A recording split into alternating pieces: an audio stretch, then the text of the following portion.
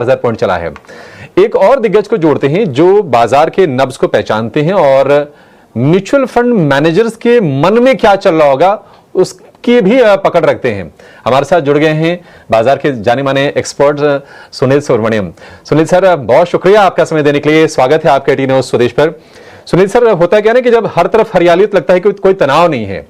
आप ये बताइए कि टैरिफ वाली जो टेंशन है वो प्रतिशत के लिहाज से 100% में से कितना आपके हिसाब से कम हो गई है, और क्या ये कड़वे अनुभवों को भूल के अब हम तेजी की तरफ देखें या फिर थोड़ा सतर्क रहें? अभी दो बातें, मैं सेकंड क्वेश्चन को पहले आंसर करता हूं। थोड़ा सतर्क रहना है क्योंकि आपके लिए क्या है कि एक रिलीफ की रैली है, क्योंकि जो ट्रंप ने पहले बहुत एक स्ट्रांग स्टांस लिया था, फिर जो बॉन्ड के प्राइसेस के कारण उन्होंने 90 डे का पॉज लिया, फिर एप्पल और ऐसे इलेक्ट्रॉनिक्स कंपनियों के दबाव के कारण उन्होंने इलेक्ट्रॉनिक्स में हटाया।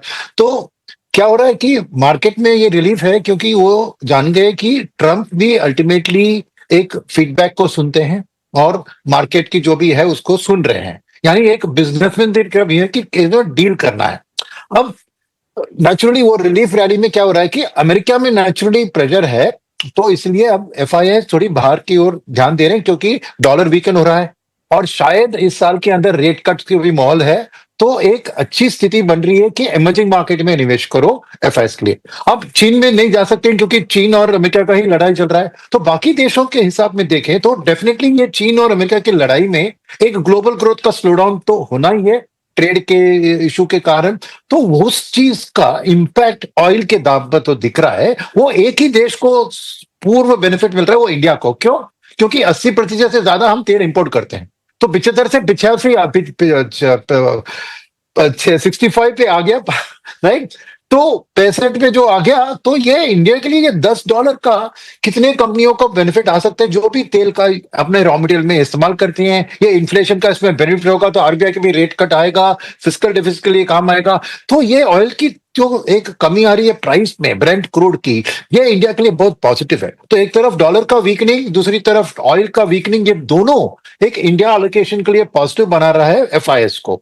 तो इस हालत में ये भी सोचिए कि इंडिया में क्या हुआ था कि जब टैरिफ की अनसर्टेनिटी आई थी, भले ही कि हमारी जो 26% की टैरिफ बहुत से देशों से कम थी, फिर भी इंडियन मार्केट में भी पिटाई हुई क्योंकि एक अनसर्टेनिटी का माहौल इक्विटी इन्वेस्टर्स जो है बड़े दिक्कत उनको पसंद नहीं है।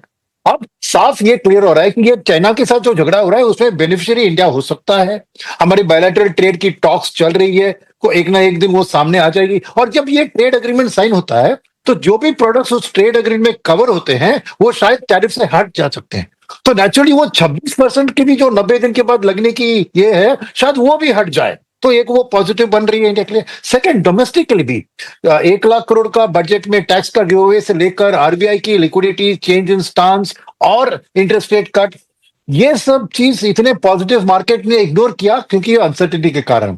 अब वो अनसर्टेनिटी थोड़ी ढल रही है तो नेचुरली इन चीजों का असर अपने कंपनियों की वैल्यूएशंस के ऊपर दिख रही है। और डोमेस्टिक फंड मैनेजर्स के क्या किया कि धीरे धीरे अपना कैश बैलेंस बढ़ाते रहे। आज भी म्यूचुअल फंड के साथ करीबन 2 लाख करोड़ का कैश पड़ा है क्योंकि वो अर्निंग सीजन, क्योंकि पैसा तो लगाना है मगर कौन से स्टॉक में, कौन से सेक्टर में, और ये देखने के लिए वो वेट कर रहे हैं कि किसका गाइडेंस अगले साल के लिए अच्छी है। तो इसीलिए थोड़ा मैं इसलिए सदर करने के कहूंगा क्योंकि म्यूचुअल फंड मैनेजर झट जाके सभी खरीदारी नहीं करें, गिने चुने जहां पे उनको नहीं लगता है कि रिस्क है, अर्निंग्स का डाउनग्रेड या कुछ, वहां पे आज खरीदारी करेंगे। मगर जब एक्चुअल रिजल्ट्स आएंगी और फ्यूचर के आउटलुक दिखेंगे तो भरपूर आएंगे। तो थोड़ी दिन के लिए वॉलेटिलिटी रहेगी। सेकंड, ये इंटरनेशनली चाइना अमेरिका का स्टैंड ऑफ में भी कुछ बुरे दिन भी आ सकते हैं जहां पे माहौल बहुत खराब दिख रहा हो, तो वॉलेटिलिटी तो जारी रहेगी।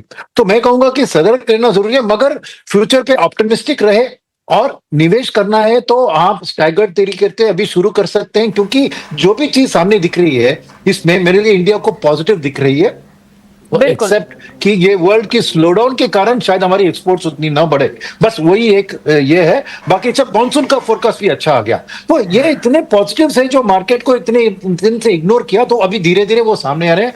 तो मेरे ख्याल में एक 6 महीने के लिए स्टैगर्ड तरीके से और डाइवर्सिफाई कीजिए क्योंकि कौन सा सेक्टर विनर होगा इस बीटीए के अंदर, कौन सा हार जाएगा पता नहीं। बिल्कुल बिल्कुल। Sunil sir, good afternoon. Mansi this side. ये तो आपने सही कहा, triggers, points, economic indicative action ढेर सारे थे, लेकिन ये रेसिप्रोकल टैरिफ के इवेंट ने माहौल इतना गड़बड़ाया था कि लिटरली इन सारे के सारे ट्रिगर्स को बाजार समझ भी नहीं पा रहा था। लेकिन चलिए, अब वो माहौल छटता हुआ दिख रहा है और ग्लोबल सेटअप, मार्केट और साथ ही इकोनॉमी के ताने वाने को जोड़ के आपने बेहद अच्छे से समझाया। लेकिन अब जैसे कि आपने कहा, पैसे लगाने तो हैं, लेकिन कहाँ, ये सबसे बड़ा सवाल है। देखिए, आरबीआई रेट कट ट्रांसमिशन जो है सिस्टम में वापस बनता हुआ दिख रहा है।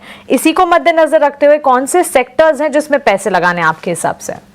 तो मेरे ख्याल में बैंकिंग एंड फाइनेंशियल सर्विसेज अव्वल नंबर पे होंगे, क्योंकि मेरे लिए वो not only rate cut, 1 lakh crore का पैसा भी बैंकिंग सिस्टम के थ्रू फ्लो होएगा और जो भी लेंडिंग होगा वो बैंक्स और एनबीएफसी से करेंगे। तो बीएफएसआई स्पेस मेरे लिए पहले जगह पे रहता है। फिर आते हैं रेट सेंसिटिव्स, जैसे रियल एस्टेट, ऑटो और कंज्यूमर ड्यूरेबल्स। ये तीनों में ना, ये रेट की कटौती, पैसे लोगों के हाथ में आना टैक्स के कारण, तो उससे वो बड़ी फ्रिज या बड़ी घर खरीदने की एक आशा बढ़ेगी, और क्योंकि ईएमआई भी घट रही है, तो नेचुरली रेट सेंसिटिव सेक्टर्स, इनमें मैं देख रहा हूं कि एक पॉजिटिविटी आ सकती है। तो नेचुरली आपके इन्वेस्टमेंट के आउटलुक में उनको पहला स्टांस देना चाहिए कि रेट सेंसिटिव्स अभी बढ़ेंगे, क्योंकि माहौल जो हो रहा है उसमें और भी आरबीआई की उम्मीदें होंगी कि और भी रेट कट आए, क्योंकि तेल का दाम इंपोर्ट इंडस्ट्री में घट रहा है, मानसून भी अच्छी है, तो ऐसा कुछ चीज नहीं है जो कि आरबीआई को प्रिवेंट करे एक और रेट कट से। तो शायद मार्केट की भी उम्मीद है कि और भी रेट कट्स आएंगे। तो ये सब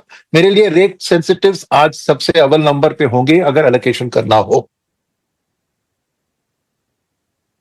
सो मच सुनील सर, बहुत शुक्रिया आपका हमारे साथ जुड़ने के लिए और बाजार पर विस्तार से अपनी राय हमारे बीच रखने के लिए। Have a nice day to you sir. Thank you. Thank you, धन्यवाद। चलिए, तो तेजी तो है बाजार में। उस तेजी में क्विकली अब स्टॉक स्पेसिफिक, जहां हमारे एक्सपर्ट्स ने उन्होंने अपने क्लोजिंग ट्रेड्स आपके सामने रखे हैं, उसके साथ साथ कौन से स्टॉक्स हैं जो कि इस वक्त रेडार पर होने चाहिए, खबरों के दम पर जहां जहां एक्शन दिख रहा है, रिजल्ट्स जहां आने वाले हैं, सब कुछ एक एक कर फटाफट लेना शुरू करते हैं। नतीजे इन्फोसिस, जियो फाइनेंशियल सर्विसेज, एचडीएफसी लाइफ के आने वाले हैं। नंबर से ठीक पहले उनके प्रीव्यूज भी आपके लिए लेकर आएंगे और कुणाल और ओशो दोनों हमारे साथ हैं, उनसे टेक्निकल अप्रोचेस भी जानेंगे। एक छोटे से ब्रेक के बाद यूं गए और यूं आए।